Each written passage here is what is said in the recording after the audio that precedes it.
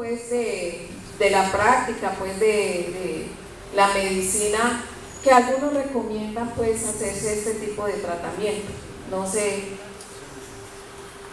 qué tan animado sea, pero el asunto es que vamos a pensar en algo basados en Proverbios capítulo 5 versículos 15 al 16, donde el proverbista invita a llevar la obediencia a la palabra, donde de los proverbios el escritor de los proverbios está animando a no vivir en impureza, en especial referencia al adulterio. Nace diciendo él que bebe la fuente de tu propio pozo, no te contamines ni te metas con mujer extraña. Bebe la fuente de tu propio pozo y complácete en la fuente que es tu compañera dada legítimamente por el Señor. A eso se refiere el proverbio cuando dice bebe de tu propia fuente. Pero de pronto alguien no muy bien informado, entonces dentro del mundo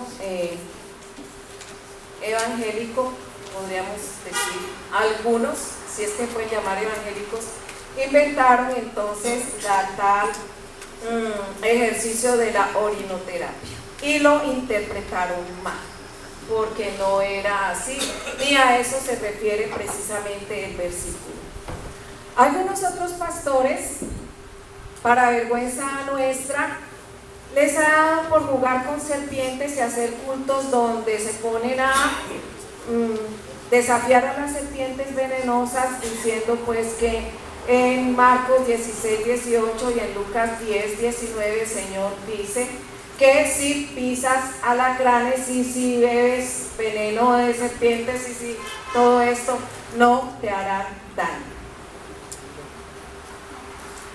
Otro versículo que se usa, que dice: todo lo que pisare la planta de vuestro pie será tuyo. Entonces algunos hermanos viven pisando fincas, viven pisando carros últimos modelos, viven pisando centros comerciales y viven pisando mucha cantidad de cosas, pensando en que este versículo se cumple al pie de la letra: todo lo que pisare la planta de vuestro pie será tuyo, no teniendo en cuenta que lo que sigue a ese versículo es algo. Dices: si obedeces al Señor, si le honras, si le respetas, si eres fiel, si mantienes tu compromiso.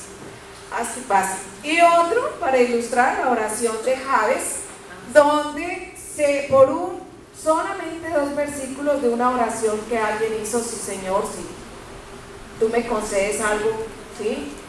Y entonces acerca de estos 2 versículos han sacado manuales. Está el libro de Jabes, la oración de Jabes para ejecutivos, está la oración de Jabes para niños, está la oración de Jabes para universitarios, está la oración de Jabes para niños. Y frente a esto, hermanos, el asunto es que todo esto es una distorsión enorme de lo que es la correcta interpretación de las Escrituras.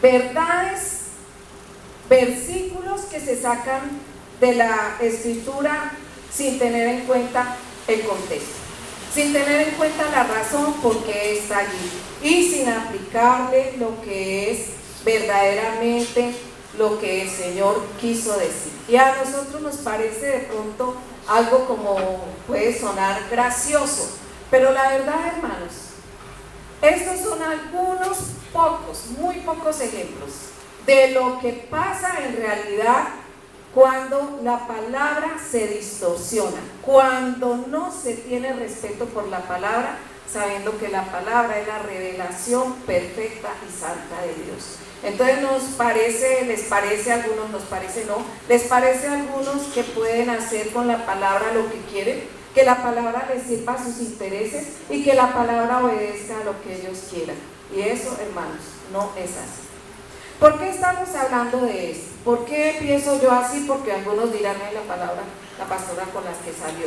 Pues precisamente porque estamos celebrando los 500 años de la Reforma, y en esos 500 años que estamos celebrando, gracias a Dios que los podemos celebrar y guardar recuerdo y todavía poder aprender y perseverar en los principios de la Reforma.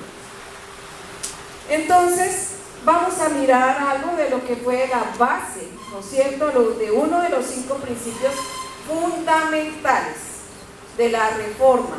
¿Fueron qué? Solo Escritura. ¿Qué pasa con solo Escritura? ¿Qué quisieron defender los reformadores? Pero para hablar de solo Escritura vamos a definir entonces qué es la Escritura. ¿En qué consiste la Escritura? Porque hablamos de la Escritura, hablamos de palabra y no sabemos. ¿En qué consiste? Se llama indistintamente la Escritura y las Escrituras, refiriéndose a las revelaciones divinas consignadas por escrito en distintas épocas y en conjunto, formando una fuente autorizada de fe para el pueblo de Dios. Jesús y Pablo usan la fórmula como está escrito, dicho característico en los escritos del Antiguo Testamento. O sea que Jesús y Pablo afirmaron la veracidad de las Escrituras y la honraron las Escrituras como revelación del Señor. Los escritores del Nuevo Testamento, siguiendo la costumbre de los rabinos, hablan indistintamente de la Escritura y las Escrituras. Teniendo en cuenta esto, hermanos, y hablando acerca de las causas de la Reforma, las razones por las que nosotros estamos celebrando 500 años de Reforma y la razón por la que en esta mañana estamos hablando de solo Escritura. Pues una de las causas de la Reforma, una de las situaciones que produjeron la Reforma es precisamente el abuso que había. El abuso que había desde los poderes de la iglesia, la negociación de la salvación, el creer que la iglesia era la única, la iglesia en cabeza de sus dirigentes, era la que podía establecer los dogmas de fe. Quedaron los dogmas sobre la palabra, no la palabra indicando lo que debíamos creer, sino en el pensamiento de algunos cuantos dirigentes que usaban la palabra no desde la misma revelación de Dios, sino también acomodada. Han pasado 500 años y sin embargo se sigue viendo que la palabra sigue acomodada a los intereses de unos cuantos. Entonces, uno de los impactos de la Reforma protestante es que identificó el origen mismo del rumbo decadente de la iglesia, el abandono casi total de la Escritura. El abandono de la Escritura fue lo que llevó a semejante descalabro frente a lo que ya no era el evangelio puro, ya no era la enseñanza pura de la palabra. Se abandonó la enseñanza, se abandonó el seguir los principios de la palabra. Entonces, frente a esto que estamos hablando, que le estoy diciendo, vamos a mirar entonces en sí qué son lo que defiende la Reforma. ¿Qué defiende la Reforma o qué entendemos nosotros por solo Escritura? La Biblia es el único estándar de fe y práctica. El principio de solo Escritura proclama que la Biblia es la autoridad final en todo lo que afirma. La doctrina de que la Biblia es por sí sola la autoridad suprema fue el principio formal de la Reforma.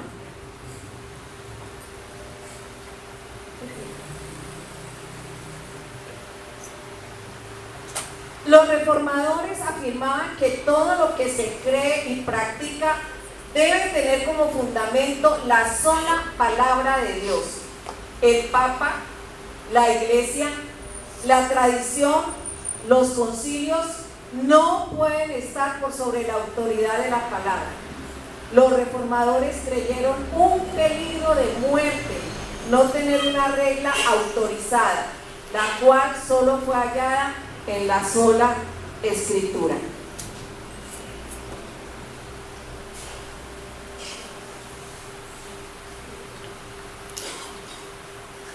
Ahí. La frase sola Escritura o solo por Escritura acierta que la Biblia debe determinar tradiciones e interpretaciones de la Iglesia. Todas las prácticas y doctrinas de la Iglesia deben estar en unidad con doctrinas de la Escritura. La palabra de Dios divina es inspirada.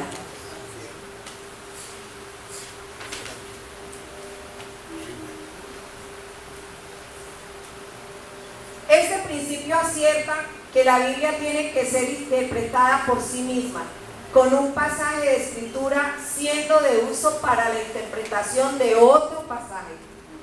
O sea que en contexto. Eso muestra que la Biblia es un sistema unificado de verdad, así como de la revelación de verdad. Las doctrinas y costumbres de la Iglesia deben alinearse con la palabra de Dios. Solo entonces pueden ellas ser aplicadas con seguridad de la aprobación de Dios y de su confiabilidad. Bien. ¿Qué afirma la Escritura con respecto a sí misma? ¿Por qué la palabra es confiable? ¿Por qué Jesús y los discípulos la aceptaron y la siguieron y la obedecieron? ¿Qué dice la Escritura de sí misma? Pero persiste tú en lo que has aprendido y te persuadiste sabiendo de quién has aprendido. Está el apóstol Pablo hablándole a Timoteo. Y que desde la niñez has sabido las sagradas Escrituras por Dios, las cuales te pueden hacer sabio para la salvación por la fe que es en Cristo Jesús. Eso es lo que creemos, eso es lo que nosotros afirmamos. Toda la Escritura es inspirada por Dios y útil para enseñar, para redarguir, para corregir, para instruir en justicia, a fin de que el hombre de Dios sea perfecto, enteramente preparado para toda buena obra. Toda la Escritura, la Biblia entera es inspirada y provechosa. No se excluye al libro alguno, ni parte alguna de la Biblia. Toda la Escritura es inspirada por Dios. La Biblia entera es inspirada por Dios, lo que significa que la Biblia es el resultado del aliento de Dios. Nuestra palabra castellana inspirar lleva en sí la idea de respirar hacia el interior de algo, específicamente la Escritura. Esto quiere decir que el Señor sopló su palabra. Es cierto que autores humanos escribieron el texto, pero la Biblia se originó como una acción de Dios, que la inspiró y también la inspiró. La Biblia entera es útil. Esto expresa el propósito de la inspiración. Su utilidad consiste en que enseña, amonesta, corrige, restaura y entrena en justicia, para que el creyente pueda ser apto, capaz, aplicado y completamente equipado en cada aspecto de su ser. La Biblia no es para ponerla en un museo y admirarla, sino para aplicarla a nuestras vidas.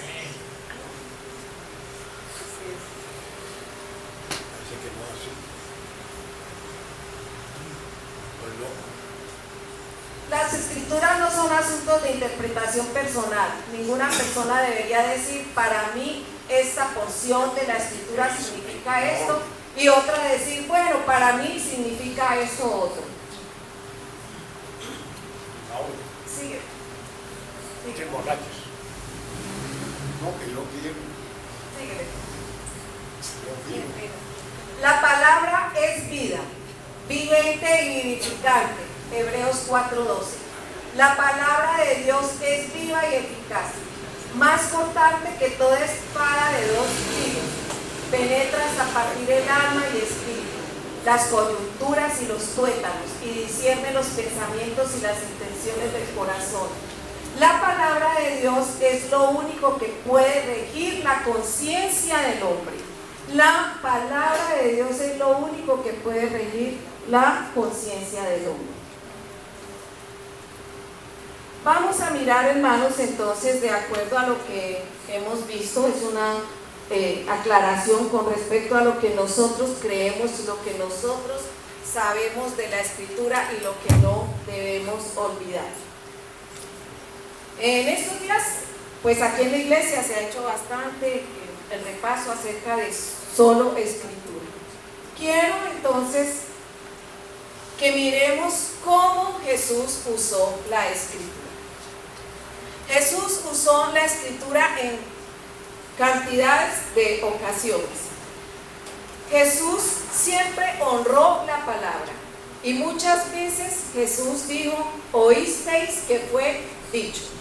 Ese oísteis que fue dicho era refiriéndose a la palabra.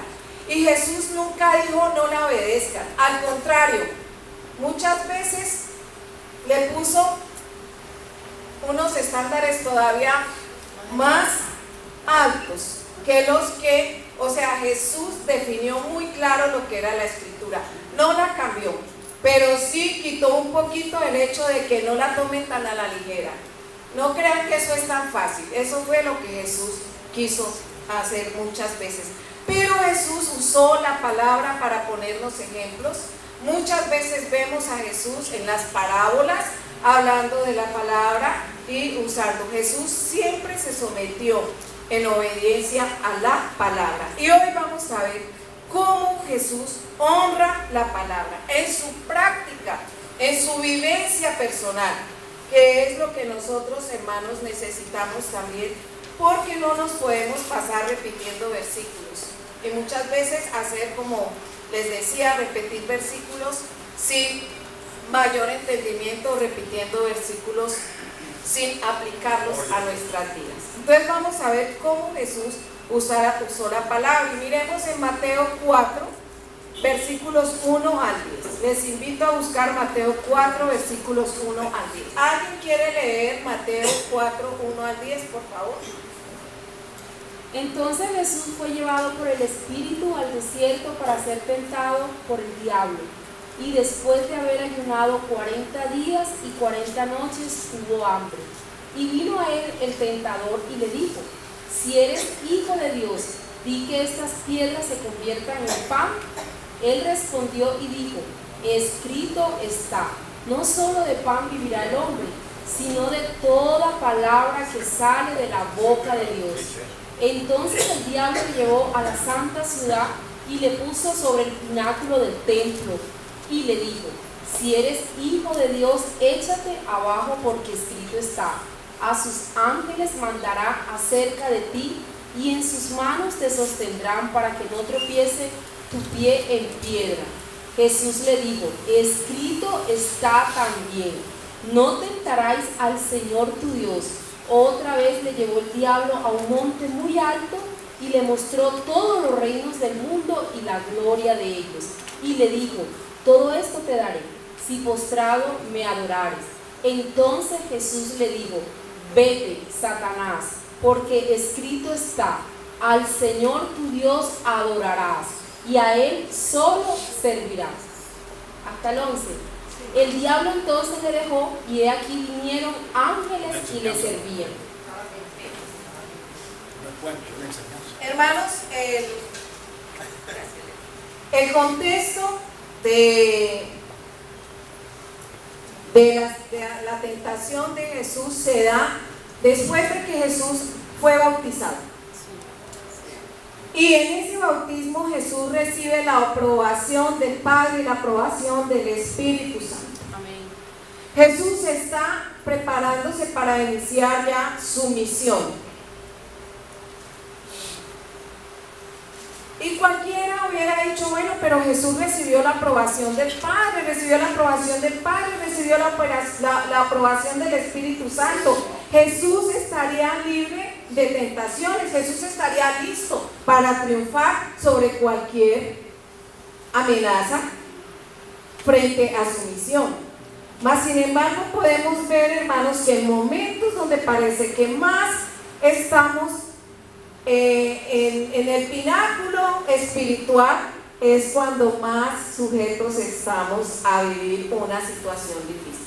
Y Jesús está allí, después de esto está en el desierto, y como leímos, vienen las pruebas, viene la tentación. ¿Cuál es la tarea aquí de Satanás? La tarea de Satanás es proporcionarle a Jesús todo aquello que saque a Jesús de la tarea que el Padre le encomendó. Es sacar a Jesús de un camino que él sabía que iba a ser de sufrimiento, porque él tenía claro lo que venía a hacer.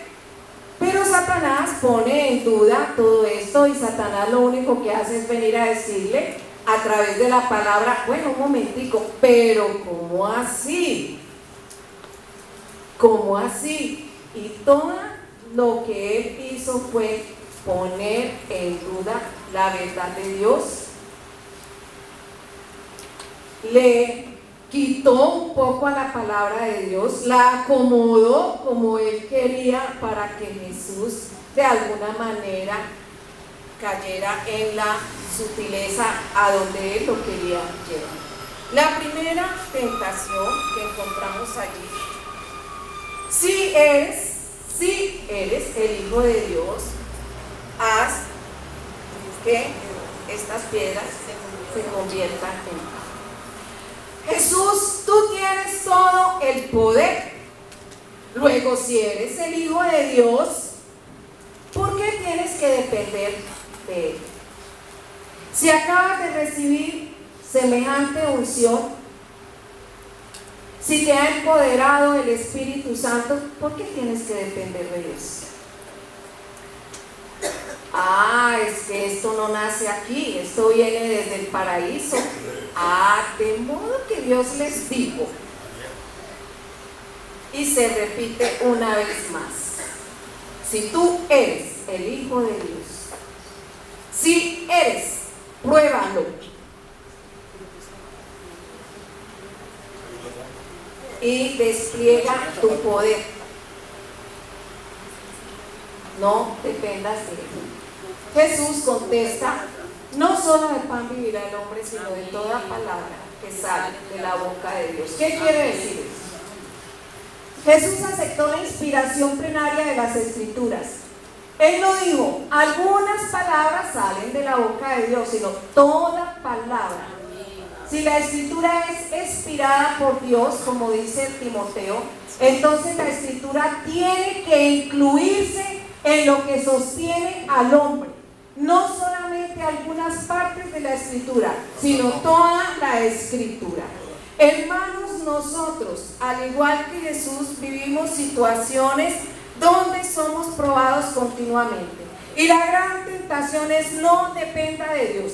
Viva en sus fuerzas. Mire a ver cómo hace. Mire cómo soluciona su problema. No dependa de Dios. Y nosotros, al igual que los israelitas, cuando el Señor dice: yo les voy a dar, hace una promesa, yo les voy a dar la provisión, y esa provisión vendrá para ustedes, ¿qué? Cada día. A eso hace referencia Jesús. Les voy a enseñar que ustedes van a depender de mí, de lo que yo tenga para ustedes. Mi poder se manifiesta, pero ustedes van a depender de mí, porque yo lo he prometido y yo lo cumplo, pero ustedes esperan en mí. No es lo que nosotros buscamos para ayudarnos, no es buscar en donde no debemos buscar. El Señor dice: yo voy a depender de las promesas de Dios, porque sus promesas son ¿qué? Verdad. No voy a hacer lo que tú quieres que yo haga. Porque hacer lo que él quería que Jesús hiciera era sacarlo del plan y del proyecto de Dios. Jesús vino a enseñarnos a depender del Padre. Y así lo hizo. No solo de pan vivirá el hombre. No voy a hacer lo que no voy a buscar la solución fácil. Voy a depender del Padre. Ese fue el asunto, la primera tentación. En la segunda tentación se refiere a la palabra la que está en Salmo 91, versículos 11 al 12, que a algunos les encanta tanto. Si eres hijo de Dios, bueno, lo llevó a la santa ciudad, le puso sobre el pináculo del templo y le dijo: si eres el hijo de Dios, pues tírate abajo, pues escrito está: a sus ángeles mandará cerca de ti y en sus manos te sostendrán para que no tropieces con tu pie en piedra. Ah, sí, esa es la palabra, sí, eso es lo que dice la palabra, pero no dijo el resto. No dijo el resto está para los que guardan sus caminos, para los que obedecen. Entonces hay una palabra que está acomodada allí y le dice: no, el Señor le dice: pues escrito está, no tentarás al Señor tu Dios. O sea, yo sé que Dios puede hacer cosas, yo lo sé. Pero también sé que no debo hacer cosas por ostentación, no debo hacer cosas por show, no debo hacer cosas en las que Dios me ha advertido y yo no tengo que jugar como con Dios. Ah, entonces como los que les acabo de decir, los pastores que les gusta jugar con serpientes, pues para demostrar lo bobos que son.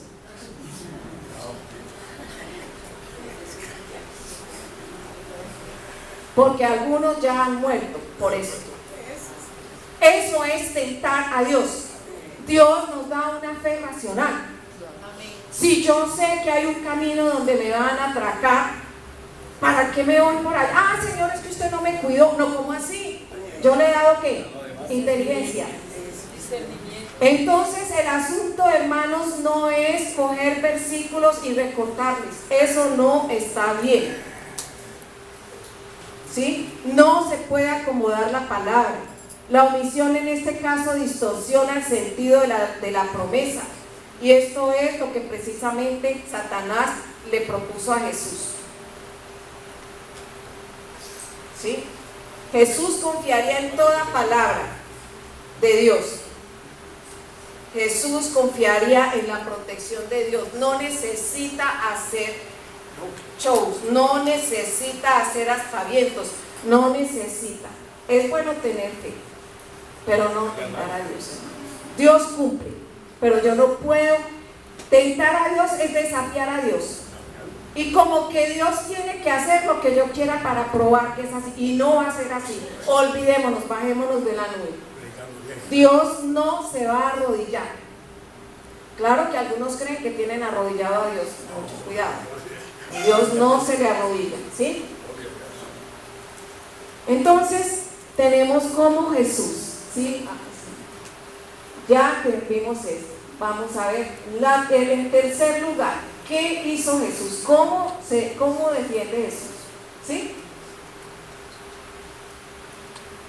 En tercer lugar, Jesús aceptó la verdad de las proposiciones de la Biblia. La respuesta de Jesús a Satanás, escrito está, demuestra que Jesús confió en las declaraciones proposicionales para comunicar la verdad por sí misma y para comunicarla con exactitud. Vuelve Jesús y se refiere otra vez a las escrituras. Y es que Satanás es muy atrevido, porque viene y le dice a Jesús: bueno, te voy a dar todos los reinos del mundo y la gloria de ellos.